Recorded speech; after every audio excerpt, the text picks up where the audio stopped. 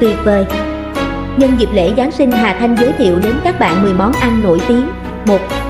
Gà tây quay, Rastuki. Giới thiệu món ăn. Món ăn biểu tượng của lễ tạ ơn và Giáng sinh ở phương Tây, là món chính không thể thiếu trong bữa tiệc gia đình, thường được quay nguyên con với lớp da giòn rụng.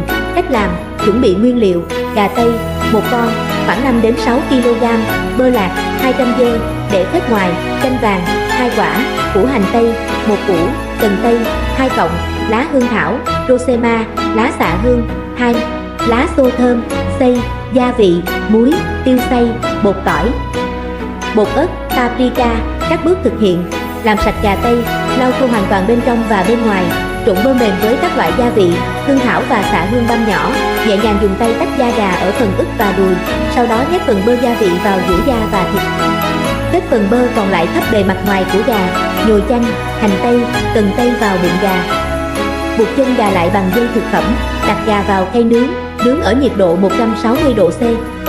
Khoảng 30 phút đầu, phủ giấy bạc lên ức gà để tránh cháy, quay khoảng 3-4 giờ, tùy kích cỡ. Cứ sau 45 phút lại dùng nước tiết ra từ gà, hoặc nước dùng, rưới lên gà để giữ ẩm, dùng nhiệt kế đo. Khi phần đùi đạt 80 độ C là gà đã chín. Trình bày và thưởng thức: đặt gà tây ra đĩa lớn, trang trí với các loại rau củ nướng, lá hương thảo tươi và quả nam Việt Quất, rang bơ tươi. Cắt lát và dùng kèm với sốt gravy. Những điều lưu ý: phải lau thật khô gà để da gà được giòn. Thời gian nướng rất quan trọng, cần phải đo nhiệt độ bên trong gà để đảm bảo an toàn thực phẩm.